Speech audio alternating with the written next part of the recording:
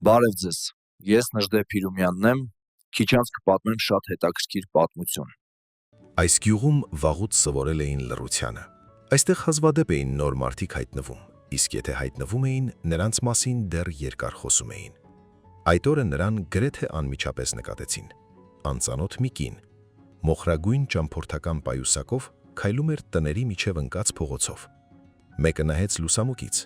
մյուսը կանգ առավ դարպասի մոտ։ Ոմանք էլ պարզապես հայացքով ճանապարհեցին նրան։ Այստեղ նրան ոչ ոք չէր սպասում։ Բայց հենց այս լռության մեջ նա պետք է երկար ժամանակ առաջ առաջին անգամ զգար, որ կյանքը կարող է հանգիստ ընթանալ։ Եթե այս պատմությունը ձեզ հոգեհարազատ լինի, չմոռանաք բաժանորդագրվել ալիքին եւ թողնել ձեր կարծիքը մեկնաբանություններում։ Եվ այսպես սկսեցինք։ Մարիամը կանգ առավ եզրի տան մոտ։ Ծռված ցանկապատ, դարպասի խամրած ներք, բակում մինչև ծնկները հասնող խոտ։ Նա դրեց պայուսակը գետնին եւ բաճկոմի գրպանից հանեց ճմրթված մի թուղթ։ Հասցեն գրված էր սոցիալական աշխատողի ձեռքով։ Նույն հասցեն նշված էր նաեւ ազատ արձակման տեղեկանքի մեջ։ Մարիամը ստուգեց տան համարը։ Ամեն ինչ համընկնում էր։ Դարպասը միանգամից չբացվեց։ Ծխնիները ժանգոտել էին եւ ստիպված էր մի փոքր բարձրացնել դուռը, որպեսզի այն ներս հրի։ Բակը նրան լռությամբ դիմավորեց։ Միայն քամին էր շարժում բարձր խոտերը եւ փոշի քշում դեպի մուտքը տանող արահետով։ Տունը փոքր էր, միահարկ, ծռված պատշգամբով։ Պատուհանները տախտակներով մեխված էին։ Կողքին ընկած էր մի հին ավել։ Մարիամը բարձրացավ աստիճաններով։ Փայտը ճռռաց նրա ոտքի տակ։ Նա բռնեց դռան բռնակը։ Բռնակը պտտվեց, բայց դուռը չբացվեց, փակ էր։ Մարիամը կքանացեց ու զննեց շեմը։ Գորգի եզրի տակ մի մետաղական բան փայլեց։ Բանալին։ Նա վերցրեց այն, մաքրեց փոշին եւ մտցրեց կողպեքի մեջ։ Մեխանիզմը ճռռաց, բայց պտտվեց։ Դուռը դանդաղ բացվեց դեպի ներս։ Հին փայտի, խոնավության եւ ծանր օդի հոտը հարվածեց նրա դեմքին։ Մարիամը ներս մտավ ու կանգ առավ նախասրահում։ Ամեն ինչ իր տեղում էր։ Այնպես ինչպես 8 տարի առաջ թողել էր նրա մորաքույր պայծառը։ Հին պահարանը պատի մոտ, ճաքկած հայելին, մեկ կեռիկով կախիչը։ Հատակին դեռ ընկած էին հին թերթեր, որոնցով ժամանակին փռել էին շեմը։ Մարիամը առաջ անցավ։ Խոհանոց, սենյակ, եւս մեկ սենյակ։ Ամեն ինչ դատարկ էր ու օտար։ Եվ հիմա այդ ամենը նրանն էր։ Նա պայուսակը դրեց մեծ սենյակի հատակին եւ մոտեցավ պատուհանին։ Տախտակների ճեղքերից լույս էր թափանցում։ Մարիամը փորձեց պոկել տախտակներից մեկը։ Այն ամուր էր։ Ստիպված էր ինչ-որ բան գտնել մեխերը քաշելու համար։ Անկյունում հատակին մի հին գողաթի ավար էր ընկած։ Մարիամը վերցրեց այն, խրեց տախտակի եզրի տակ ու սեղմեց։ Մեխերը ճռռոցով դուրս եկան փայտից։ Տախտակն ընկավ հատակին։ Սենյակը լցվեց լույսով։ Մարիամը մեկ քայլ հետ գնաց, ընտելանում էր։ 8 տարվա ընթացքում աչքերը սովորել էին այլ, արհեստական լույսի, աղոտ լույսի, որը միշտ վառվում էր ինչ-որ տեղ գլխավերևում։ Նա հանեց բաճկոնը եւ կախեց հին աթոռի մեջքին, նայեց շուրջը։ Պետք էր հանել մյուս պատուհանների տախտակները, վառել վառարանը, եթե այն դեռ աշխատում էր, ջուր գտնել եւ դասավորել պայուսակի իրերը։ Այս ամենը ժամանակ էր պահանջում, ժամանակ, որից նա հիմա շատ ուներ։ Մարիամը վերադարձավ խոհանոց։ Վառարանը հեռու պատի մոտ էր, մեծ աղյուսե թափված կրաշաղախով։ Նա բացեց հնոցի դռնակը, ներսում հին մոխիլ էր։ Մարիամը ձեռքերով հանեց այն ու լցրեց կողքին դրված դույլի մեջ։ Հետո զննեց ծխնելույզը, կարծես խցանված չէր։ Փայտ էր պետք։ Բակում մարագի մոտ վառելափայտ էր շարգած։ Փայտերը հին էին, չորացած, տեղ-տեղ մամուռով պատված։ Մարիամը մի քանի հատ վերցրեց եւ վերադարձավ տուն։ Հենց նույն մարագում գտավ վառարանը գցելու համար պիտանի իրեր, հին տաշեղներ, թուղթ, ստվարաթղթի կտորներ։ Նա ամեն ինչ դասավորեց հնոցում ու լուցկի վառեց։ Կրակն արագ բռնկվեց։ Քանի դեռ վառարանը թեժանում էր, Մարիամը բակ դուրս եկավ։ Ջուր էր պետք գտնել։ Ջրհորը տան հետևում էր, հողամասի գրեթե եզրին։ Ծածկված էր ժանգոտած երկաթի մի կտորով։ Մարիամը մի կողմ քաշեց այն ու նայեց ներս։ Խավար էր ու խոնավության հոտ։ Նա գետնից մի քար վերցրեց ու նետեց ցած։ Մի ակնթարթանց խուլ ճոհփյուն լսվեց։ Ջուր կար։ Ջրհորի կողքին կեռիկից դույլ էր կախված։ Մարիամը պարանով իջեցրեց այն ու նորից դուրս քաշեց։ Ջուրը պղտոր էր, երկաթի համուն էր։ Խմելու համար պիտանի չէր, բայց լվացվելու համար կանցներ։ Նա դույլը տուն բերեց և դրեց վառարանի մոտ։ Կրակն արդեն լավ վառվել էր։ Ջերմությունը սկսեց տարածվել սենյակով մեկ։ Մարիամը նստեց աթոռակին և ձեռքերը պարզեց դեպի կրակը։ Ջերմությունը շոյում էր ափերը։ Անսովոր էր։ Այս տարիների ընթացքում նա վարժվել էր պարզ բաների բացակայությանը՝ վառարանի կրակին, ծխի հոտին, լռությանը, որը ոչ թե ճնշում էր, այլ պարզապես կար։ Դուռը ծեծեցին։ Մարիամը ցնցվեց, կտրուկ շրջվեց։ Թակոցը կրկնվեց։ Ոչ բարձր, բայց համառ։ Նա վեր կացավ, մոտեցավ դռանը և բացեց այն։ Շեմին մի 50 տարեկան կին էր կանգնած, հին գլխաշորով, մաշված բաճկոնով։ Դեմքը հոգնած էր, բայց հանգիստ։ Ձեռքերում նա բռնել էր մաքուր կտորով կապված մի կապոց։ «Բարև ձեզ», ասաց կինը։ Մարիամը գլխով արեց։ «Բարև ձեզ, ես Նարինեն եմ, ապրում եմ հարևան տանը, տեսա, որ եկաք, մտածեցի գուցե ինչ-որ բանի կարիք ունենաք»։ Մարիամը լռում էր, չգիտեր ինչ պատասխանել։ Նարինեն պարզեց կապոցը։ «Այստեղ մի քիչ հաց ու կարտոֆիլ է, դուք հո դեռ ոչինչ չունեք»։ Մարիամը նայեց կապոցին, ապա Նարինեին։ Վերջինս կանգնած էր հանգիստ, առանց լարվածության, պարզապես սպասում էր։ «Շնորհակալ եմ», Մարիամը վերցրեց կապոցը։ Այն տաք էր։ «Եթե բանի կարիք լինի, եկեք ինձ մոտ, չքաշվեք»։ Նարինեն շրջվեց և հետ գնաց։ Մարիամը նայում էր նրա հետևից, մինչև նա անհետացավ դարպասից այն կողմ։ Հետո փակեց դուռը։ Նա սեղանի վրա արձակեց կապոցը։ Ներսում դեռ տաք, կլոր հաց էր և մի քանի կարտոֆիլ։ Մարիամը ձեռքով շոյեց հացի կեղևը։ Փափուկ էր, թարմ։ Նա մի կտոր պոկեց ու դանդաղ ծամեց։ Համը պարզ էր, իսկական։ Երեկոյան Մարիամը նստած էր վառարանի մոտ։ Կրակը հանգչում էր։ Սենյակում արդեն տաք էր։ Նա պայուսակից հանեց իր իրերը։ Շատ բան չկար։ Մի քանի ձեռք սպիտակեղեն, պահեստային բաճկոն, մի երկու զույգ գուլպա, պոլիէթիլենային տոպրակի մեջ դրված փաստաթղթեր։ Մի լուսանկար։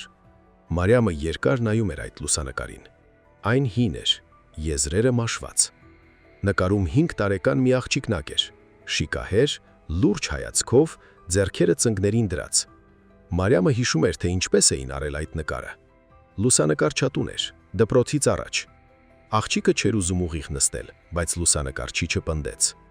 Մարիամը լուսանկարը հետ դրեց տոպրակի մեջ և փակեց պայուսակը։ Առաջին գիշեր նա քնեց հատակին, բաճկոնը տակը փռած։ Վառարանն արդեն սառել էր և սենյակում ցրտել էր։ Մարիամն արթնացավ շուտ, երբ դրսում դեռ մութ էր։ Նա պառկած լսում էր լռությունը։ Ոչ մի ձայն, ոչ քայլեր, ոչ խոսակցություն, ոչ բանալիների չխչխկոց։ Միայն քամին էր լուսամուտի հետևում։ Առավոտյան Մարիամը գնաց խանութ։ Այն գտնվում էր գյուղի կենտրոնում, հին փայտե մի շենքում, որի ցուցանակի ներկը թափվել էր։ Ներսում նեղվածք էր, հացի, ծխախոտի ու ինչ-որ թթու բանի հոտ էր գալիս։ Վաճառասեղանի հետևում ակնոցով տարեց մի կին էր նստած։ Մարիամը վերցրեց հաց, մի տուփ աղ, լուծկի, մի քանի տուփ մսի պահածո։ Մոտեցավ դրամարկղին։ 2000 դրամ, ասաց կինը աչքերը չբարձրացնելով։ Մարիամը հաշվեց գումարը, այնինչ տվել էին ազատ արձակվելիս քիչ էր,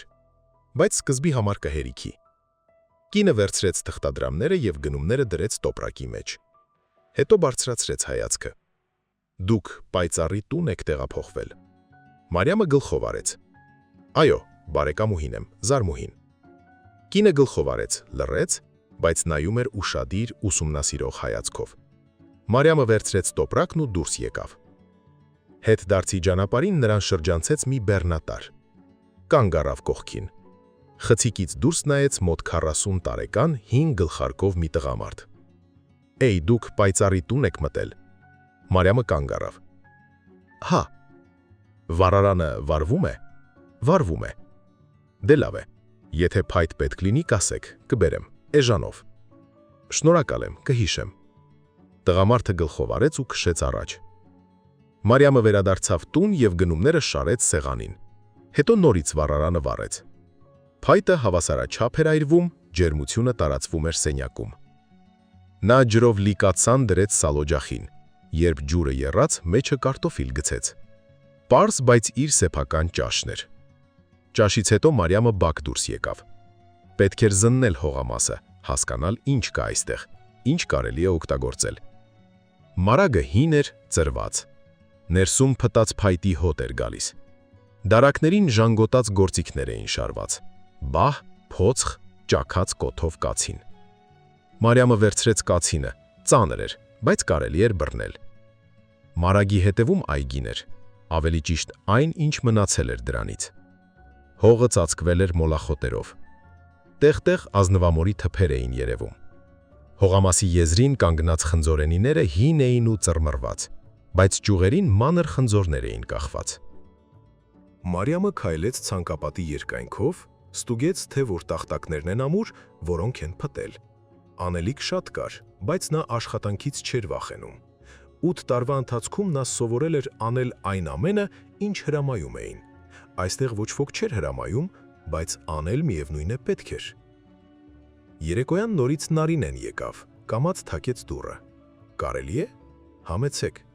Նարինեն ներս մտավ, նայեց շուրջը։ Տաք է ձեզ մոտ, վառարամը լավ է վառվում։ Հա, լավ է։ Նարինեն լռեց, հետո գրպանից հանեց մի փոքրիկ կապոց։ Այստեղ ուրցով թեյ է, իմ հավաքածն է։ Ուզում ես թրմեմ։ Մարիամը գլխով արեց։ Նարինեն թեյնիկը դրեց վառարանին, հին բաժակով թեյ պատրաստեց։ Նրանք նստել էին սեղանի շուրջ ու լուռ խմում էին։ Թեյը մի քիչ դառնահամ էր, ուրցի հոտով։ Մարիամ է անունդ, հարցրեց Նարինեն։ Հա, պայծառը քո մասին վաղուց էր պատմում, երբ դեռ ողջ էր։ Ասում էր, որ զարմուհի ունի, որ մի օր կգա։ Եկավ, կամաց ասաց Մարիամը։ Նարինեն գլխով արեց, խմեց թեյի մնացորդն ու վեր կացավ։ Եթե բանի կարիք ունենաս, արի, չքաշվես։ Մարիամը նրան ճանապարհեց մինչև դուռը։ Երբ Նարինեն գնաց, Մարիամը վերադարձավ սեղանի մոտ, նստեց, ձեռքերը դրեց սեղանին։ Լռությունը կրկին գրկեց տունը, բայց հիմա այն մի փոքր ավելի տաք էր։ Օրերը հաջորդու էին միմյանց։ Մարիամն արթնանում էր վաղ, վառում էր վառարանը, ուտում այնինչ գնում էր խանութից, մաքրում էր տունը, նորոգում ցանկապատը, ջրհորից ջուր էր բերում, փայտ էր կոտրում։ Ամեն ինչ անում էր դանդաղ, հաշվարկված, առանց շտապելու։ Նա գրեթե ոչ ոքի հետ չէր խոսում, միայն բարևում էր, երբ ճանապարհին մեկին հանդիպում էր։ Մարդիկ ի պատասխան գլխով էին անում, նայում էին, բայց չէին հարցնում։ Առայժմ չէին հարցնում։ Մեկ շաբաթ անց նրա բակ մտավ մի երիտասարդ, մոտ 30 տարեկան կին երեխայի հետ։ Տղան բռնել էր մոր փեշից։ Բարև ձեզ, ես Լուսինեն եմ, այնտեղ եմ ապրում, անկյունում, սա Արամն է։ Մարիամը գլխով արեց, բարև ձեզ։ Դուք այստեղ մենակ եք ապրում։ Մենակ։ Լուսինեն լռեց։ Տղան նայեց մոր փեշի հետևից և մեծ աչքերով սևեռվեց Մարիամի վրա։ Գիտեք, դուք պատահարապ ծերեկը չեք պահի Արամին։ Ես պետք է գործի գնամ, իսկ թողնելու տեղ չունեմ, շատ չէ, 3-4 ժամով, կվճարեմ։ Մարիամը կարացավ, նայեց տղային։ Նա նայում էր իրեն լուրջ, առանց վախի,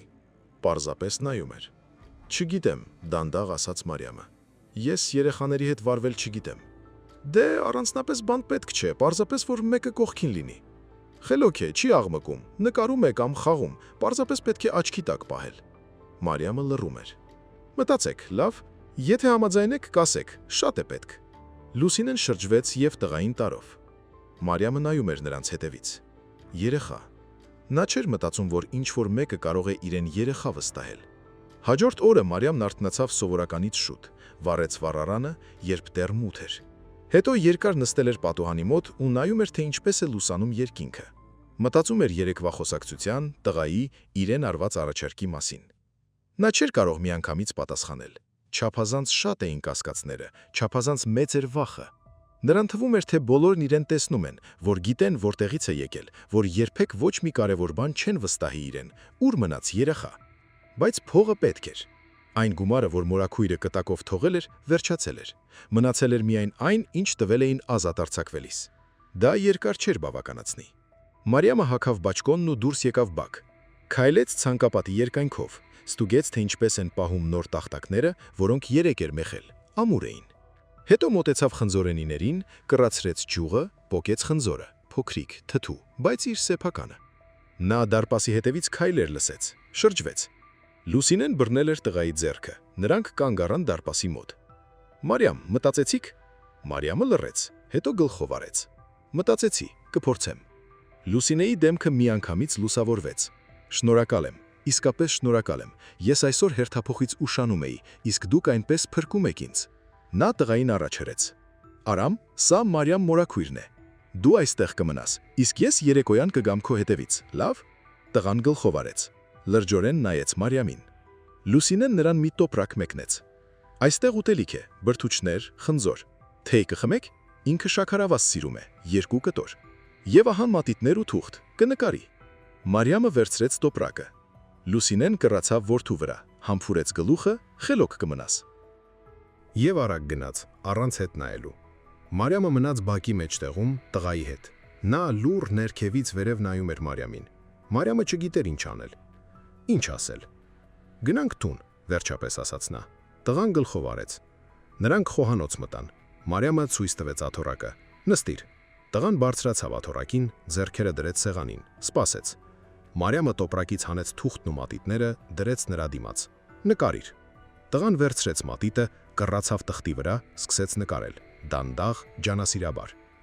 Մարիամը հեռացավ դեպի վառարանը, փայտ գցեց, դրեց թերնիկը, բայց անընդհատ աչքի պոչով հետևում էր տղային։ Նա նկարում էր առանց շեղվելու։ Խելոք էր, ինչպես ասել էր մայրը։ Երբ ջուրը եռաց, Մարիամը թեյ թրմեց, լցրեց 2 բաժակների մեջ, նրա բաժակի մեջ 2 կտոր շաքար գցեց, դրեց տղայի դիմաց։ «Խմիր»։ Տղան կտրվեց նկարից, 2 ձեռքով վերցրեց բաժակը, խմեց փոքր կումերով։ Տաք էր։ Մարիամը նստեց դիմացը, խմեց իր թեյը, լուռ։ Տղան խմեց, վերջացրեց, բաժակը դրեց սեղանին, նորից բռնեց մատիտը։ «Անունդ ինչ է»։ հարցրեց Մարիամը։ «Արամ»։ «Քանի տարեկան ես»։ 5։ Մարիամը գլխով արեց։ 5 տարեկան, բոլորովին փոքր։ Ինչ ես նկարում։ Տղան բարձրացրեց թերթիկը։ Այնտեղ մի ծուռ տուն էր նկարված, մեծ պատուհանով ու ծխնելույզով։ Ծխնելույզից ծուխ էր դուրս գալիս։ «Տուն է», ասաց տղան։ «Սիրուն է»։ Տղան ժպտաց։ Առաջին անգամ ամբողջ առավոտվա ընթացքում։ Ժամանակը դանդաղ էր անցնում։ Տղան նկարում էր։ Մարիամը հավաքեց տունը, հետո դուրս եկավ բակ, բանջարանոցը քաղանենու։ Տղային իր հետ տարավ, նստեցրեց կողքի խոտերին, թուղթ ու մատիտներ տվեց։ Նա նկարում էր, իսկ Մարիամը քաղանում։ Աշխատում էին լուռ, իրար կողքի։ Երբ արևը սկսեց մայր մտնել, վերադարձավ Լուսինեն, հոգնած, բայց գոհ։ «Դե ինչ, չտանջեցինք ձեզ»։ Մարիամը օրորեց գլուխը։ «Չէ, հանգիստ երեխա է»։ Լուսինեն ժպտաց, բռնեց որդու ձեռքը։ «Վաղն էլ կարելի է»։ Մարիամը հապաղեց, ապա գլխով արեց։ «Կարելի է»։ Լուսինեն ձեռքը տարավ գրպանը, փող հանեց, պարզեց։ «Ահա, ինչպես պայմանավորվել էինք»։ Մարիամը վերցրեց թղթադրամները, ծալեց, դրեց գրպանը։ «Շնորհակալություն, իսկապես», ասաց Լուսինեն, ու նրանք գնացին։ Մարիամը մնաց մենակ, նստեց մուտքի աստիճաններին, հանեց գումարը, հաշվեց։ Շատ չէր, բայց դա նրա առաջին վաստակն էր 8 տարվա ընթացքում։ Ազնիվ, մաքուր վաստակ։ Այսպես սկսվեց մի նոր սովորություն։ Լուսինեն ամեն օր Արամին բերում էր, Մարիամը նրան վերցնում էր իր մոտ։ Նրանք միասին էին ժամանակ անցկացնում։ Տղան նկարում էր, խաղում բակում, օգնում էր քախ անել մարգերը, մանր քարեր էր հավաքում, գույտերով շարում։ Մարիամը գրեթե չէր խոսում նրա հետ, միայն ամենաանհրաժեշտը։ Բայց տղան խոսակցություն չէր էլ պահանջում, նրան հերիք էր, որ Մարիամը կողքին էր։ 2 շաբաթ անց Մարիամի մոտ եկավ ևս մի կին, ձեռնափայտով մի տարեց կին։ «Բարև ձեզ, ես տիկին Վերժինեն եմ, լսել եմ երեխաների եք նայում»։ Մարիամը գլխով արեց։ «Մեկին նայում եմ»։ «Իսկ թորն ու հուսել կնայեք, շատ կարճ ժամանակով, քաղաք պետք է գնամ բժշկի։ Շաբաթը մեկ գնում եմ։ Աղջիկս արդեն 8 տարեկան է, դպրոցական, բայց մենակ թողնել չեմ կարող»։ Մարիամը մտածեց. «Կփորձենք»։ Տիկին Վերժինեն թորնուհուն բերեց հաջորդ օրը։ Աղջիկը նիհարիկ էր, 2 հիսքերով, լուրջ, հետը դասագիրք ու տետր էր բերել։ «Ես դասերս եմ անելու», ասաց նա միանգամից։ «Արա», պատասխանեց Մարիամը։ Աղջիկը նստեց սեղանի մոտ, բացեց դասագիրքը, հագվեց տետրի վրա և ջանասիրաբար գրում էր, դուրս բերելով յուրաքանչյուր տառը։ Մարիամը ճաշ էր եփում, հետո կանչեց աղջիկան. «Արի հաց ուտելու»։ Աղջիկը մի կողմ դրեց գրիչը, մոտեցավ սեղանին, լուռ կերավ, հետո լվաց իր ափսեն ու վերադարձավ դասերին։ Երբ տիկին Վերժինեն եկավ թորնուհուն տանելու, նա արդեն հավաքել էր պայուսակը։ «Դե ինչպես էր», հարցրեց տատիկը։ «Խելոք, իր դասերն էր առում»։ «Շնորհակալություն ձեզ։ Ահա, վերցրեք»։ Մարիամը վերցրեց գումարը։ Տիկին Վերժինեն օրորեց գլուխը։ «Գիտեք, դուք լավ մարդ եք։ Ամեն մեկը չէր համաձայնի ուրիշի երեխաների հետ գլուխ տնել»։ Մարիամը լռեց։ Աստիճանաբար նրա մոտ սկսեցին ավելի հաճախ երեխաներ բերել։ Մերթ մեկին, մերթ մյուսին։ Մեկը քաղաք պետք է գնար, մյուսը գործի, մեկն էլ պարզապես երեխային մի 2 ժամով թողնելու տեղ չուներ։ Մարիամը չէր մերժում։ Ընդունում էր բոլորին։ Հետևում էր, որ կուշտ լինեն, տաք լինի, որ շատ աղմկեն ու չկռվեն։ Նա կնքուշ չէր գրկում, չէր շոյում գլուխները, բայց կողքերին էր, հանգիստ, հուսալի։ Երեխաները դա զգում էին, դադարում էին վախենալ, ընտելանում էին։ Մի երեկո Մարիամը նստել էր մուտքի աստիճաններին ու հաշվում էր գումարը։ Այն շատացել էր, արդեն հերիքում էր ոչ միայն ուտելիքի համար։ Կարող էր նոր հագուստ գնել, տանիքը նորոգել, ձմռան համար վառելափայտ պաշարել։ Դարպասին մոտեցավ Նարինեն, կանգ առավ։ «Կարելի է»։ «Արի»։ Նարինեն բարձրացավ աստիճաններով, նստեց կողքին։ «Լսել եմ հիմա երեխաներին ես նայում»։ «Նայում եմ»։ Նարինեն լռեց։ «Գիտես, մարդիկ խոսում են»։ Մարիամը քարացավ։ «Ինչի մասին»։ «Տարբեր բաներ։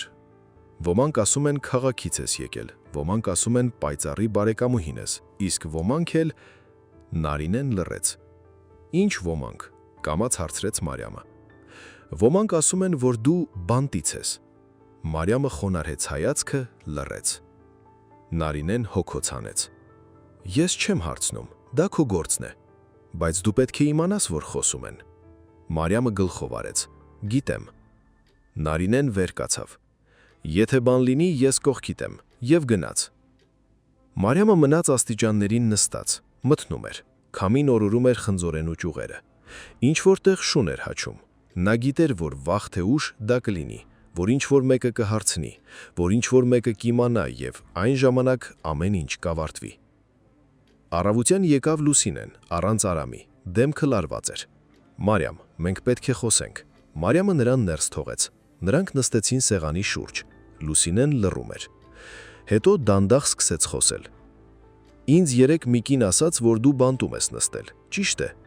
Մարիամը չհեռացրեց հայացքը։ «Ճիշտ է»։ Լուսինեն կուլ տվեց թուքը։ «Ինչի համար»։ «Փողի»։ «Գողացել եմ։ Գործի տեղից շատ փող եմ գողացել»։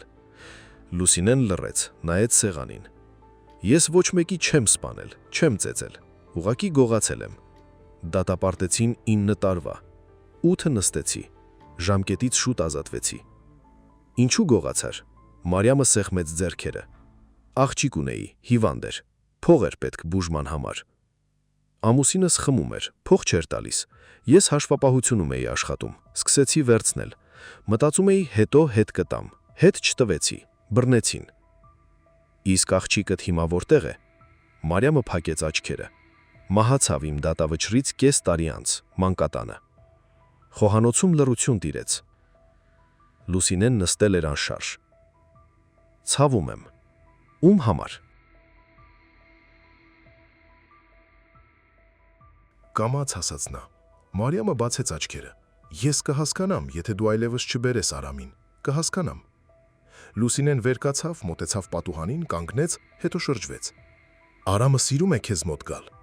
Տանը անընդհատ քո մասին է խոսում։ Մարիամ մորաքույրն այսպես, Մարիամ մորաքույրն այնպես։ Նա քեզ վստահում է»։ Մարիամը լռում էր։ Ես չգիտեմ։ Պետք է մտածեմ։ Լավ։ Լուսինեն գնաց։ Մարիամը մնաց մենակ։ Ամբողջ օրը նա սպասում էր։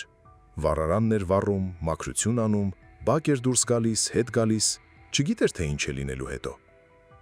Երեկորյան եկավ Նարինեն, նստեց դիմացն ու երկար լռեց։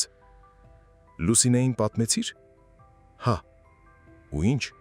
Ասաց, որ կմտածի։ Նարինեն հոգոց հանեց։ «Լսիր, ես ուզում եմ քեզ մի բան ասել։ Ինձ մեկ է, թե ինչ ես արել առաջ, բոլորին էլ մեկ է։ Մարդկանց համար կարևոր է, թե ով ես դու հիմա, այստեղ։ Իսկ դու այստեղ մի մարդ ես, որն օգնում է, որը երեխաներին պահպանում է։ Դա ավելի կարևոր է։ Բոլորը չեն այդպես մտածի։ Ոչ բոլորը, բայց շատերը։ Մարիամը գլուխը կախեց։ Վախենում եմ, որ ամեն ինչ կկորցնեմ։ Ոչինչ էլ չես կորցնի։ Մարդկանց ժամանակ տուր, կընտելանան։ Նարինեն գնաց։ Մարիամը պարկեց քնելու, բայց քունը չտարավ։ Պարկած նայում էր առաստանին, մտածում էր, թե ինչ կլինի վաղը չէ մյուս օրը և մեկ շաբաթ անց։ Առավոտյան դուռը ծեծեցին։ Մարիամը բացեց։ Շեմին Լուսինեն էր Արամի հետ։ «Բարև», ասաց Լուսինեն, «մենք եկանք»։ Մարիամը լուր նայեց նրան։ «Ես մտածեցի», շարունակեց Լուսինեն, «ու որոշեցի, որ անցյալը անցյալ է։ Իսկ հիմա դու այն մարդն ես, ում ես վստահում եմ իմ որդուն, և դա է գլխավորը»։ Արամը նայեց մոր հետևից ու ժպտաց Մարիամին։ «Մարիամ մորաքույր, ես քեզ համար նկար եմ նկարել, ներսում ցույց կտամ»։ Մարիամը գլխով արեց, կոկորդը սեղմվեց։ Նա մի կողմ քաշվեց նրանց ներս թողնելով։ Լուսինեն կռացավ որդու վրա։ «Խելոք կմնաս, երեկոյան կգամ հետևիցդ»։ Եվ գնաց։ Մարիամը փակեց դուռը, շրջվեց, տղան արդեն նստել էր սեղանի մոտ ու բացում էր թուղթը։ Վրան մեծ տուն էր նկարված, ծխնելույցուր։ Ծխնելույցից ծուխ էր ելնում։ Իսկ տան կողքին երկու կերպարներ էին կանգնած, մեկը մեծ, մյուսը փոքր։ «Սա դու ես», ասաց Արամը, ցույց տալով մեծ կերպարը։ «Իսկ սա ես»։ Մարիամը նստեց կողքին, նայում էր նկարին ու չէր կարողանում աչքը կտրել։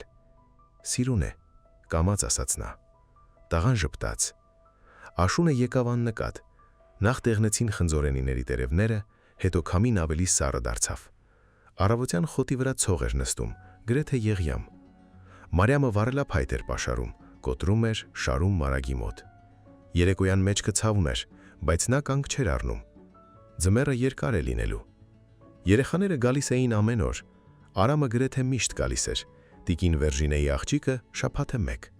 Մի երկու հարևանի երեխա էլ, երբ ծնողները պետք է բացակայեին։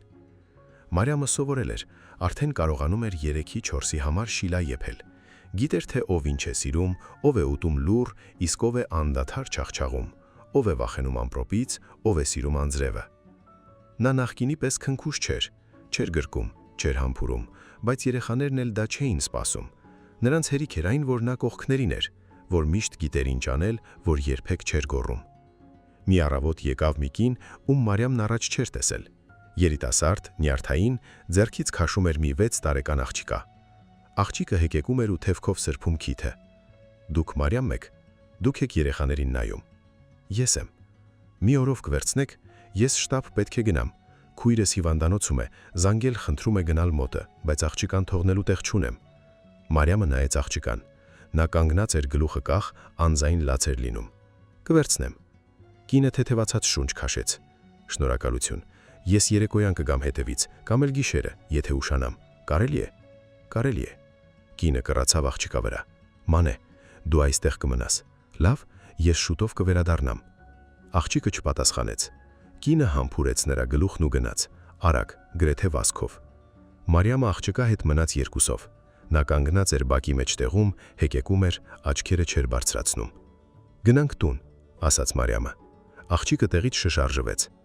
Մարիամը մոտեցավ, կքանսեց, նայեց աղջկա դեմքին։ «Անունդ Մանե է»։ Աղջիկը գլուխ արեց։ «Ես Մարիամն եմ։ Գնանք, ես քեզ համար թեյ կսարքեմ»։ Մանեն դանդաղ բարձրացրեց աչքերը, նայեց Մարիամին, հետո գլուխ արեց։ Նրանք մտան տուն։ Մարիամը աղջկան նստեցրեց սեղանի մոտ, դրեց թեյնիկը, մեղրով թեյ պատրաստեց և թխված քաբլիթ դրեց Մանեի դիմաց։ Աղջիկը խմում էր փոքր կումերով։ Արցունքներն աստիճանաբար չորացան։ «Մաման ասաց, որ Սոնա մորաքույրը հիվանդանոցում է», կամաց ասաց Մանեն։ «Հա, մայլիկդ նրա մոտ գնաց»։ «Սոնա մորաքույրը կմեռնի»։ Մարիամը լռեց։ «Չգիտեմ»։ «Բժիշկները կբուժեն»։ Մանեն հայացքը հառեց բաժակին, լռեց։ «Իմ աղջիկն էլ է հիվանդանոցում եղել», ասաց Մարիամը։ Չգիտեր ինչու է ասում։ Բառերն իրենք էին դուրս գալիս։ Մանեն բարձրացրեց աչքերը։ «Ու ինչ»։ «Մահացավ»։ Մանեմ քարացավ։ Հետո նորից լաց եղավ։ Կամաց, անհույս։ Մարիամը վեր կացավ, մոտեցավ, ձեռքը դրեց աղջկա ուսին։ Մանեն ցնցվեց, բայց չհեռացավ։ «Լաց եղիր», ասաց Մարիամը։ «Ոչինչ, լաց եղիր»։ Նրանք այդպես երկար նստեցին։ Մարիամը ձեռքը պահել էր աղջկա ուսին, իսկ նա լաց էր լինում։ Հետո արցունքները վերջացան։ Մանեն ափերով սրբեց դեմքը։ «Կարելի է այստեղ նստեմ»։ «Նստիր»։ Մանեն նստեց վառարանի մոտի նստարանին, ձեռքերով գրկեց ծնկները, նայում էր կրակին։ Մարիամը զբաղվում էր տնային գործերով, ճաշ էր եփում, ավլում էր հատակը, ստուգում էր արդյոք պետք է վառարանին փայտ ավելացնել։ Աղջիկը նստած էր լուռ, չէր շարժվում։ Ճաշին եկավ Արամը, Լուսինեն թողեց նրան ու գնաց։ Տղան տեսավ աղջկան ու կանգ առավ։ «Բարև, ես Արամն եմ»։ Մանեն նայեց նրան, չպատասխանեց։ «Դու լաց էիր լինում»։ Աղջիկը գլխով արեց։ «Ինչու»։ «Մորաքույրս հիվանդ է»։ Արամը մտածեց։ Հետո նստեց կողքին։ «Իմ տատիկն էլ էր հիվանդ, հետո լավացավ»։ Մանեն լռում էր։ «Միգուցե քոնն էլ լավանա»։ Մանեն ուսերը թոթվեց։ Արամը գրպանից մի կոնֆետ հանեց։ Պարզեց։ «Առ, վերցրու»։ Մանեն նայեց կոնֆետին, հետո վերցրեց, բացեց, դրեց բերանը։ «Շնորհակալ եմ», կամաց ասաց նա։ Նրանք նստած էին իրար կողքի։ Մարիամը կանչեց նրանց ճաշելու։ Ուտում էին լուռ։ Ճաշից հետո Արամը մատիտներ հանեց, սկսեց նկարել։ Մանեն նայում էր։ «Ուզում ես դու էլ նկարել»։ Հարցրեց Արամը։ Մանեն գլխով արեց։ Արամը նրան մի թերթ թուղթ տվեց և մատիտ տվեց։ Նրանք նկարում էին միասին։ Լուռ, կենտրոնացած։ Մարիամը նայում էր նրանց վառարանի հետևից։ Կրծքում ինչ-որ տաք բան շարժվեց, ինչ-որ վաղուց մոռացված բան։ Երեկոյան եկավ Լուսինեն, տարավ Արամին, հետո եկավ տիկին Վերժինեն թոռնուհու հետևից։ Մանեն մնաց։ Մայրն այդպես էլ չվերադարձավ։ Մտնեց։ Մարիամը վառարանն ավելի ուժեղ վառեց, նստարանի վրա հին վերմակ փռեց աղջկա համար։ Մանեն պառկեց, կծկվեց, փակեց աչքերը։ «Քնիր», ասաց Մարիամը։ «Իսկ եթե մաման չգա»։ «Կգա, առավոտյան կգա»։ Մանեն բացեց աչքերը։ «Դու կմնաս»։ «Կմնամ, ես այստեղ եմ, կողքիդ»։ Աղջիկը փակեց աչքերը, շնչառությունը հավասարվեց, քնեց։ Մարիամը նստեց վառարանի մոտ, նայում էր կրակին, հիշում էր իր աղջկան, թե ինչպես էր նրան քնեցնում, հեքիաթներ կարդում, համբուրում ճակատը քնելուց առաջ։ Այդ ամենն այնքան վաղուց էր, այնքան հեռու, կարծես ուրիշ կյանքում։ Մանեի մայրը վերադարձավ կեսգիշերին։ Դուրը կամաց էր ծեծում, որ աղջկան չարթնացնի։ Մարիամը բացեց։ «Ինչպես է քնած»։ «Քույրդ եկել է խելքի»։ Կինը լռեց, սրբեց աչքերը։ «Վիրահատեցին, ասում են կապրի»։ Մարիամը գլխով արեց։ «Լավ է»։ Կինը մտավ տուն, նայեց քնած աղջկան, նստեց կողքին, շոյեց մազերը։ «Շնորհակալություն ձեզ», կամաց ասաց նա։ «Իսկապես, որքան եմ պարտք»։ «Ոչինչ պարտք չեք»։ Կինը բարձրացրեց աչքերը։ «Ինչպես թե»։ Երեխան քնեց, կերավ, հատուկ բան չի եղել։ Կինը լռեց, հետո ձեռքը տարավ գրպանը, փող հանեց, դրեց սեղանին։ «Միևնույն է, վերցրեք, ինձ այսպես ավելի հանգիստ է»։ Մարիամը չվիճեց, վերցրեց փողը։ Կինը զգուշությամբ գրկեց աղջկան։ Մանեն կիսաբաց արեց աչքերը, գրկեց մոր վիզը։ «Մամա»։ «Ես այստեղ եմ, բալես, ամեն ինչ լավ է»։ Նրանք գնացին։ Մարիամը փակեց դուռը, պահեց գումարն ու պառկեց քնելու։ Այդ օրվանից նրա մոտ սկսեցին ավելի հաճախ գալ։ Ոչ միայն մի քանի ժամով, երբեմն ամբողջ օրով, երբեմն գիշերով։ Մարդիկ հասկացան, որ Մարիամին կարելի է վստահել, որ նա չի լքի, չի նեղացնի, որ նրա մոտ երեխաներն ապահով են։ Մարիամը չէր մերժում, վերցնում էր բոլորին։ Երբեմն նրա տանը 4-5 երեխա կար։ Նա նրանց համար շիլա էր եփում, հետևում էր, որ չկռվեն, քնեցնում էր։ Տունը լցվեց կյանքով, ձայներով, ծիծաղով։ Բայց մի օր ամեն ինչ փոխվեց։ Սովորական օր էր։ Մարիամի մոտ 3 երեխա կար։ Արամը, տիկին Վերժինեի աղջիկը և ևս մի տղա, 4-ամյա Պետրոսը։ Մարիամը ճաշ էր պատրաստում։ Երեխաները բակում խաղում էին։ Հանկարծ Արամը ներս վազեց։ Մարիամ մորաքույր, այնտեղ մի ձյաձյա է կանգնած դարպասի մոտ։ Մարիամը ձեռքերը սրբեց գոգնոցին ու դուրս եկավ բակ։ Դարպասի մոտ իսկապես մի տղամարդ էր կանգնած, բարձրահասակ, մաշված բաճկոնով, դեմքը չսափրած։ Ուշադիր նայում էր տանը։ Մարիամը մոտեցավ։ Ինչ եք ուզում։ Տղամարդը շրջվեց, նայեց նրան, կկոցեց աչքերը։ Մարիամը քարացավ։ Ձայնը ծանոթ էր, վաղուց մոռացված, բայց ծանոթ։ Գոր, կամաց հարցրեց նա։ Տղամարդը քմծիծաղ տվեց։ Ճանաչեցիր, կարծում էի արդեն մոռացել ես։ Մարիամը անշարժ կանգնած էր։ Գորը նրա նախկին ամուսինը, աղջկա հայրը, այն մարդը, ով խմում էր, ծեծում, տանից վրընդում, այն մարդը, ում պատճառով ինքը գողություն էր արել, այն մարդը, ում չէր տեսել 8 տարի։ Ինչ ես այստեղ անում, հարցրեց նա։ Իմացա, որ այստեղ ես ապրում, որոշեցի տեսակցության գալ։ Ինչպես իմացար։ Դե այդպես, մարդիկ ասացին։ Քաղաքում ազատվածների ցուցակներում տեսան ազգանունդ, հարց ու փորձարի, գտա։ Մարիամը լռում էր։ Կթողնես ներս, թե այսպես ցանկապատի մոտ պիտի կանգնենք։ Չեմ թողնի։ Գորը քմծիծաղեց։ Չարացել ես, առաջ այսպիսին չէիր։ Առաջ շատ բան ուրիշ էր։ Գորը լռեց, հետո մեկ քայլ առաջ արեց։ Լսիր, ինձ փող է պետք, կարճ ժամանակով, հետո կտամ։ Մարիամը օրորեց գլուխը։ Ոչ։ Ոնց թե ոչ։ Ես հո օտար չեմ, ամուսինդ եմ եղել։ Այլևս չես։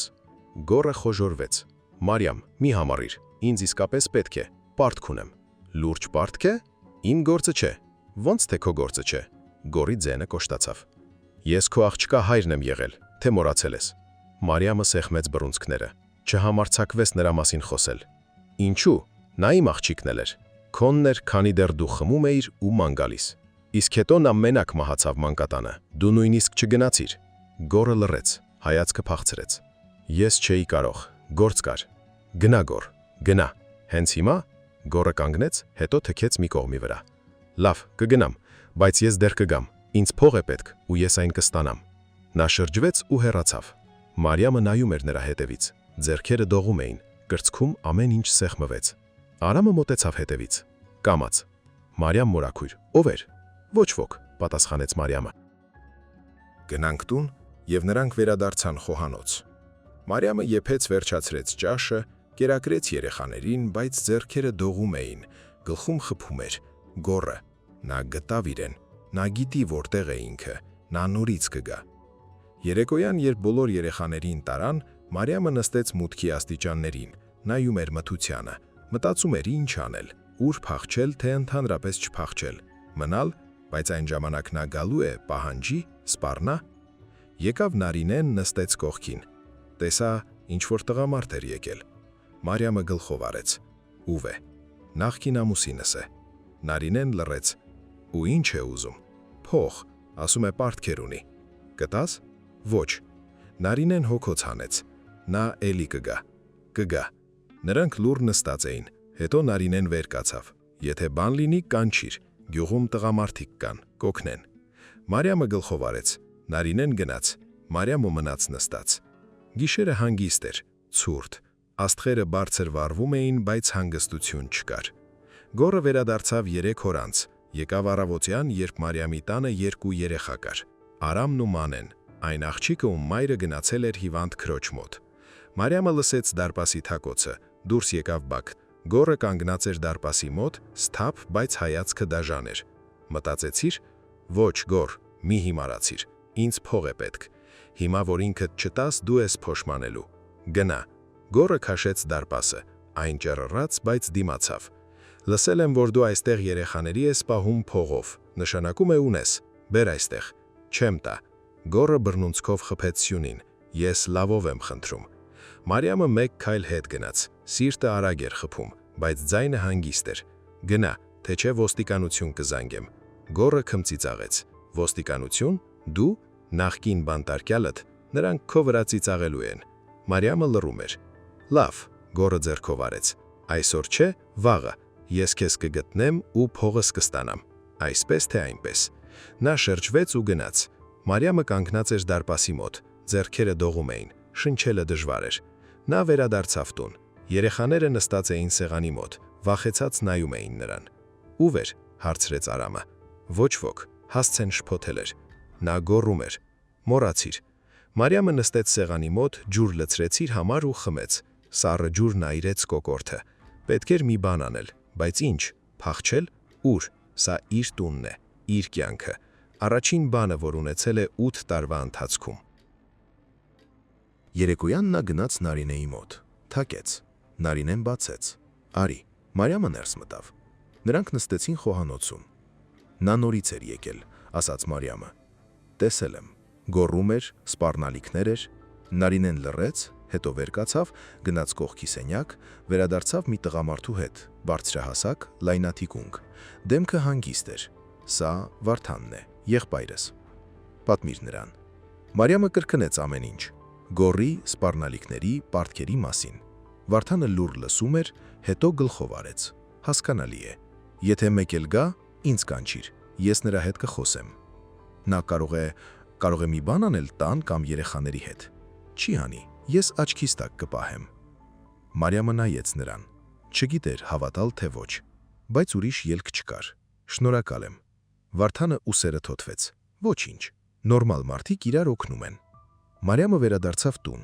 դուռը սողնակով փակեց, պառկեց, բայց չքնեց։ Լսում էր ամեն մի խշխշոց, սպասում էր։ Գոռը եկավ գիշերը։ Մարիամը լսեց, թե ինչպես ճռռաց դարպասը, հետո քայլեր բակում, անձայն, գաղտագողի։ Նա վեր կացավ, մոտեցավ պատուհանին, նայեց ճեղքից։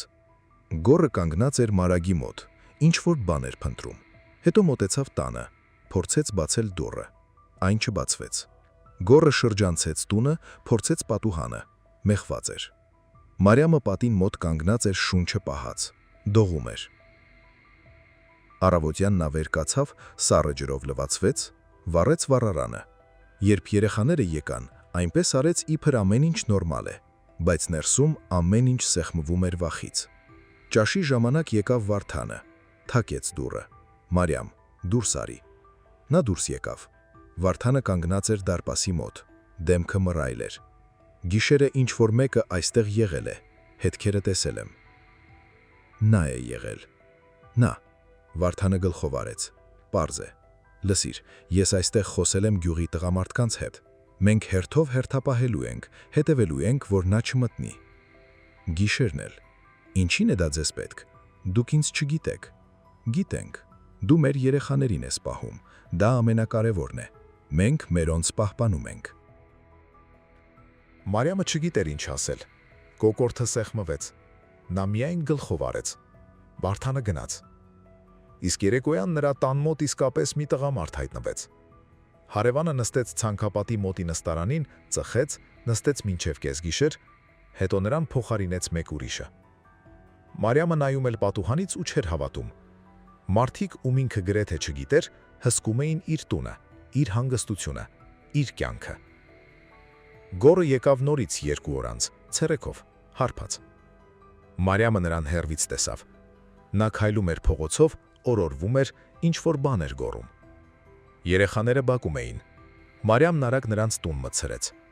Նստեք այստեղ, դուրս չգաք։ Գոռը մոտեցավ դարպասին, քաշեց այն, չբացվեց։ Ոտքով խփեց, գոռաց. Մարիամ, դուրս արի, գիտեմ, որ տանն ես։ Մարիամը դուրս չեկավ, կանգնել էր դռան հետևում, լսում էր։ Դուրս արի, ասում եմ, թե չէ ինքս կմտնեմ։ Գոռը փորձեց մագլցել ցանկապատի վրայով, ընկավ, վեր կացավ, նորից փորձեց։ Հարևան բակից դուրս եկավ Վարդանը, դանդաղ մոտեցավ գոռին։ Ինչի ես այստեղ աղմկում։ Գոռը շրջվեց։ Իսկ քո ինչ գործն է։ Իմ գործն է։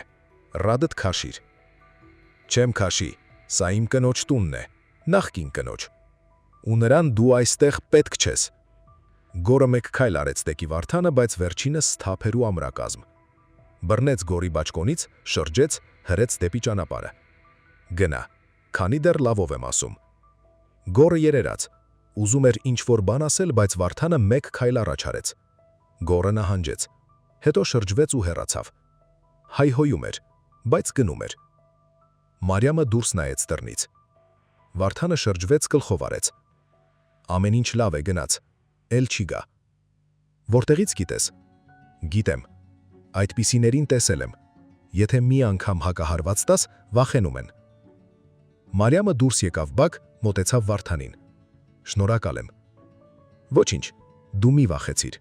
Մենք այստեղ ենք, մոտակայքում։ Եթե բան լինի, կանչիր։ Վարդանը գնաց։ Մարիամը կանչեց երեխաներին։ Նրանք դուրս եկան տնից։ Արամը հարցրեց. Մարիամ մորակույր, ով էր։ Վատ մարդ էր, բայց նա գնաց, էլ չի գա։ Հաստատ։ Հաստատ։ Արամը գլխով արեց, հանգստացավ։ Երեկոյան Մարիամը նստել էր մուտքի աստիճաններին, նայում էր ճանապարհին, սպասում էր, բայց գոռը չեկավ։ Չեկավ նաև հաջորդ օրը։ Իսկ մեկ շաբաթ անց նա անհետացավ։ Անցավ 1 ամիս։ Կյանքը վերադարձավ իր բնական հունին։ Երեխաները գալիս էին։